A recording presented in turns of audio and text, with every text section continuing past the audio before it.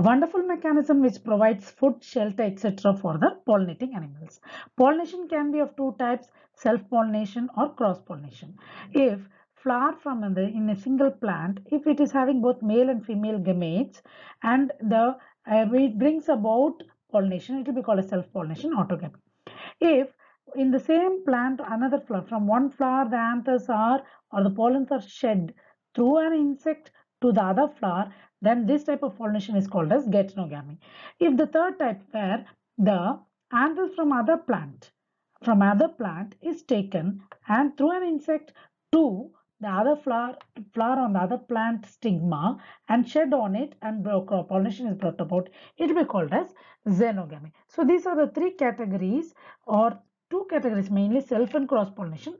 But in self pollination, if the flower is on the same plant and within a single flower, it will be called as autogamy. If flower on the same plant between two flowers on the same plant, it will be geitonogamy.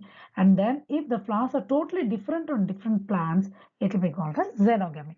Here we are seeing the violet plant. It is having chasmogamous, that is the flowers exposed on the above the ground. The same plant having below ground, it will be below its underground, it will be having cleistogamous flowers, that is a closed flowers.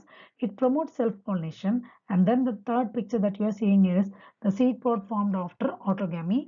Autogamy, we saying that it is a form of, or it is a mechanism of self-pollination. Plants have several other mechanisms which promote cross-pollination. These are called as contrivances of cross-pollination. These fall into two categories, dicliny or unisexuality. Uni means single. So a plant having, like here we are seeing bitter gourd. The bitter gourd, it is having, see, two different male flower and a female flower. Male flower will be having only androecium. Female flower will be having gynoecium, giving rise to the fruit bitter gourd. And these two sexes on the same plant, it will be called as monoecious. Dioecious, if the male flower and the female flower are totally different on two different plants, like example we see in papaya, it will be called as dioecious. Then bisexuality, bi means two, sexes means both the sexes, they are present on the same plant. If they are present on the same plant, it will be called as bisexual flower. So bisexual means two sexes. Unisexual means a single flower having only one sex, that will be called as bisexual. So in bisexual flowers that is promote cross pollination, they can be dichogamy, hercogamy and heterostyly, which we will learn one by one now. Two categories, protoandry or protogyny. Two types we can say. Protoandry means, proto means before.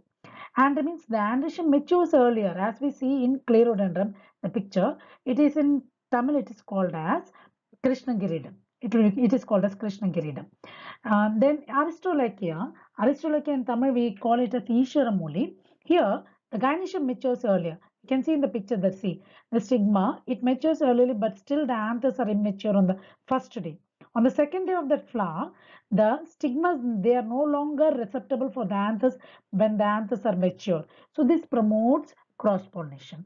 Heterostyly, different styles. So Primula and Elytrum, Palavanna Malargal, as we call, they have two types of flowers in the same Primula genera. They are two different flowers, one having long style and the other having short style. So short style flower, in that the anthers are placed at sea at a long distance, and these anthers will fall on the stigma of the long style flower and bring about pollination. Similarly, we are seeing in Lythrum.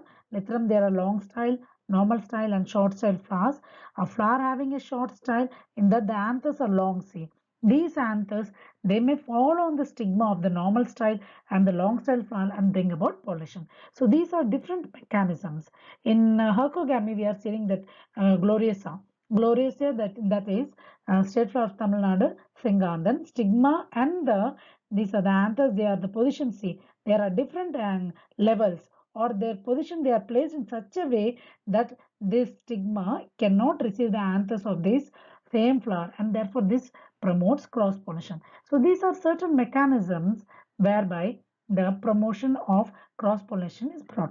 Agents of pollination, there are two different agents, abiotic agents and biotic agents. Abiotic, without the involvement of living organisms. So anemophily, if the pollination is brought about by wind, it will be called as pollen anemophily. Here I am showing an example of Zea mays. In Zea mays, it is a monoecious plant having male inflorescence and female inflorescence of the same plant. So, but the levels of their position are at different place. So, the male inflorescence is called as tassel inflorescence, many flowers on the same stalk. Then it will be called as inflorescence.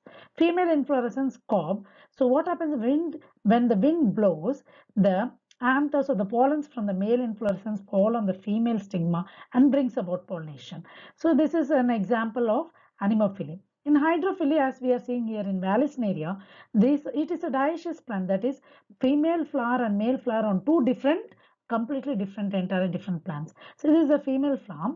Here the stalk is coiled. When it is mature to receive the anthers, the stalk uncoils and comes to the surface of the water. Hydrophily, therefore, Vallisneria is seen in water.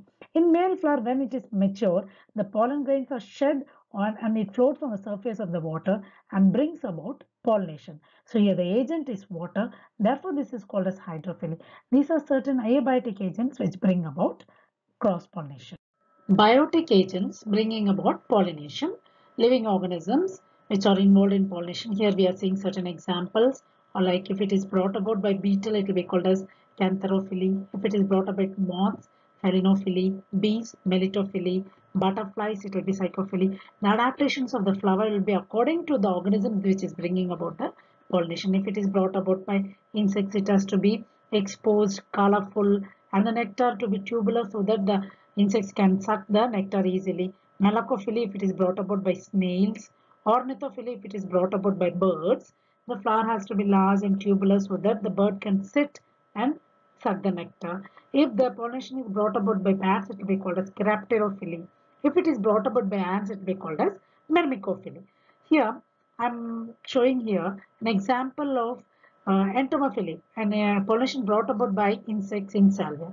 Salvia is a protoandry flower. That is, the anthers mature earlier. Stigma is still immature. So this is a bilabiate, that is two-lipped flower structure, which promotes or which helps the bee to sit easily. This is brought about by bee. The bee sits on the flower to suck the nectar, and from the mature anther, the pollens are dusted on its back. And if this bee visits another flower, now the stigma is mature enough to receive the anthers. The pollen shed on its back are then transferred to the stigma, and then pollination is brought about. So nature has several mechanisms to bring about the pollination, and this pollination only helps in, after this pollination only, the gametes, the male gametes will fuse and bring about fertilization.